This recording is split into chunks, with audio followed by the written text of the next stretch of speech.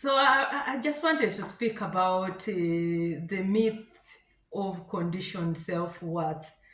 This is something that I thought of it while I was actually organizing my bathroom, this and that, and it just came in my thought, and I said, I'm going to talk about this. Of course, when you have a YouTube channel or you have a profile where you share your ideas and uh, experience, your knowledge, you find that your brain tend to become creative on the things you share or anything that comes in your mind. You don't just rub it or brush it off. You find that you see a meaning on it, and you end up sharing, talking about it. Because I was thinking of uh, self-worth. We In a society we look into self-worth linked to maybe achievable things like you would say career, or professional development or social status. That is what we see self-worth, whereby in cases like if you're like I'm only valuable if I achieve X, or I'm only lovable if others approve of me, Many grow up internalizing these beliefs, thinking their worth depends on um, their performance or the validation they receive from others, And in actual sense, that's not the case, You end up seeing that maybe you're facing rejection, failure, or loss, and life inevitably brings challenges such as rejection, failure, or significant loss, and these experiences can shake the foundation of our self worth, for example. Yeah, so when it comes to rejection, might come from being turned down either from a job or not being accepted by a romantic partner or feeling excluded from social groups. Failure could mean, for example, not reaching personal goal, making a big mistake, or feeling inadequate despite your best efforts. It could be also, for example, when it talks about loss, it might could involve losing a loved one, your job, or a sense of security. So all these things come into, we look into it as experiences that can feel deeply painful or at times can be devastating if you adequate your self-worth with external achievement or approval. So such setbacks might leave you feeling unworthy, unlovable, or not good enough. Yeah. So you have the opportunity of for growth, and despite the the initial pains you go through, uh, these difficult experiences offer an opportunity for deeper personal growth and transformation. Yeah, they force us to confront the unhealthy beliefs we might or we may have held about ourselves. We can begin to realize that uh, we can also think we get also to think about that we are not defined by our failures and mistakes, just because we didn't succeed in something, it doesn't mean we are fundamentally flawed or unworthy. So these are things that we need to get to when you're thinking of giving yourself opportunity for growth. Yeah, rejection does not reflect our true worth. If somebody has rejected you or you've been rejected for a job offer, that does not have to define your true worth. or for example, opinions or decisions of others, yeah, often may affect us more in life circumstances or needs. But we have to consider that you are an individual with value. You have your own values in life. Also, you have to think about that we are not our circumstances, you know. um, Even in difficult times, our worth remains constant.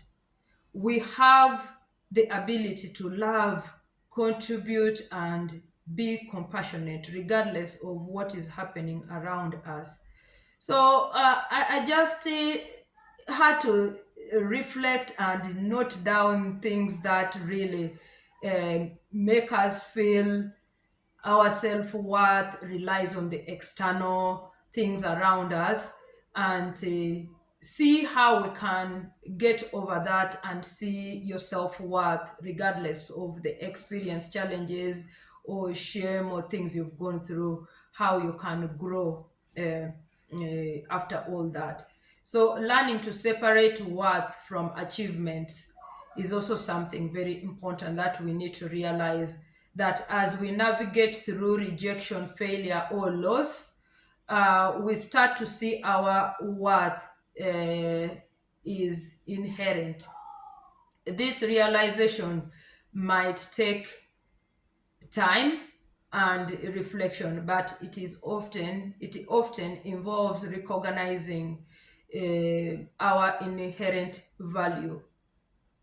For example, your value, you're worthy uh, simply because you exist. You know, you have to know that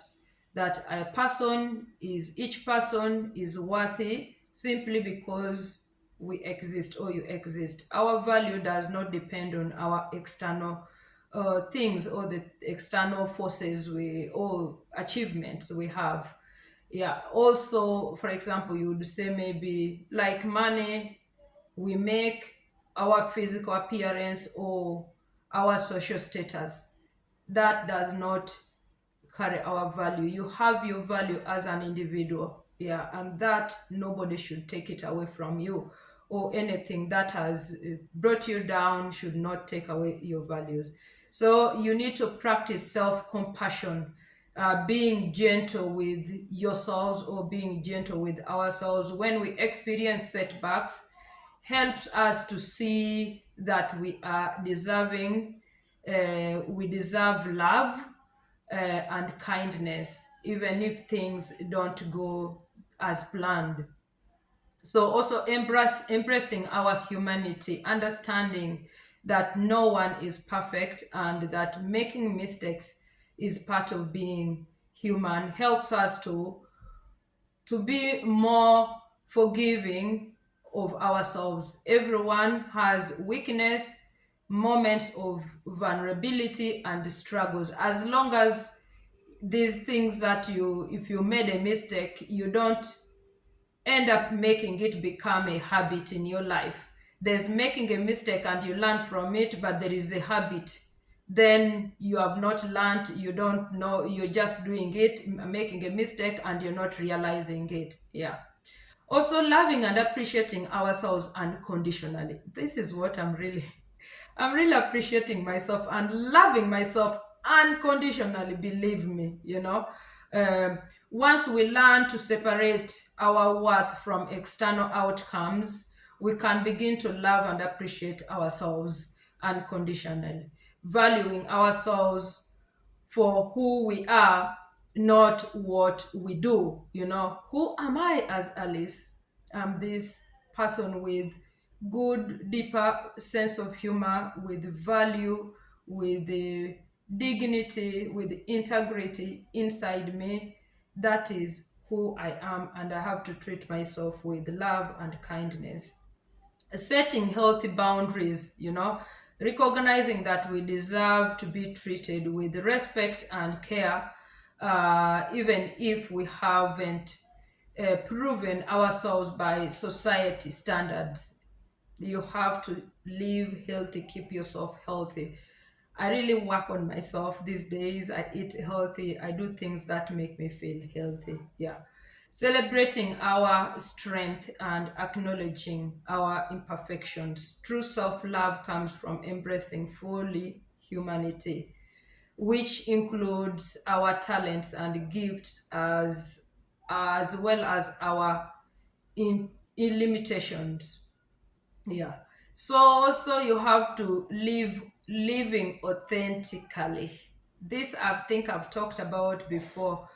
Be authentic to yourself. Let the world say what they say, but as long as you know you're authentic to yourself, it will be proven at some point your authenticity. Yeah. Once we understand our self worth, we feel less pressure to conform to others' expectations or chase superficial validation. Sometimes we want to explain ourselves. There was a point I tried to explain myself when I was going through some challenges in life, and I felt like I needed to be heard, but nobody could hear me, and I just had to shut down and I say, no, I'm not explaining. Let me be called what I be called. The truth will prove itself with the time. Because sometimes we are seeking for validation from people. You want to explain yourself to be understood, but whatever has happened, you will be blamed. But with the time, things will explain itself and you'll find that you don't need to seek for validation. um, so we become freer to live authentically, pursuing our passions and living in alignment with our values rather than constantly seeking approval from others. So life's obstacles teach us to detach our sense of value from fleeting achievement or opinions, grounding us in a more stable and lasting form of self-love. So uh, I just want to encourage anyone out there, whatever you're going through, you have tried either to explain yourself, you have tried to be heard, but you feel like nobody hears you. You don't have to seek for validation. Be authentic to yourself. Do what is right to you as an individual. The truth will come out by itself at some point. Love yourself, align yourself with the Word of God. Focus on taking good care of yourself, doing what matters to you. It will be the only healing for you as an individual. But in most cases, we want to seek for validation. We want to seek for, out there in the society. I don't know where this came from, that it has is it the way we were being taught at school or what? That of course I think it's rated as, I'm a teacher, maybe by the way we teach, that we give exams, and if the person has not passed, then we have not approved. So if you find that we grow up knowing that I have to be approved in whatever I'm doing by somebody else out there, and then we are wired in our brain by that.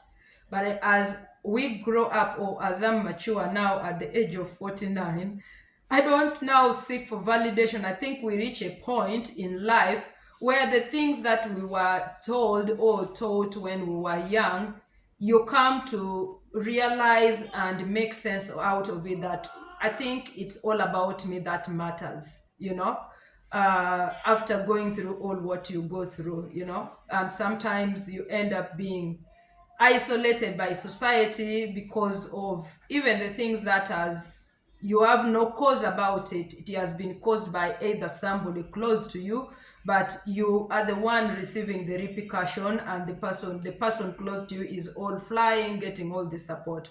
But set back and just love yourself. Be authentic, as I said. See the self-worth in you. Yeah, though you're facing rejection, loss, or any kind of or uh, failure, or anything you're facing in life,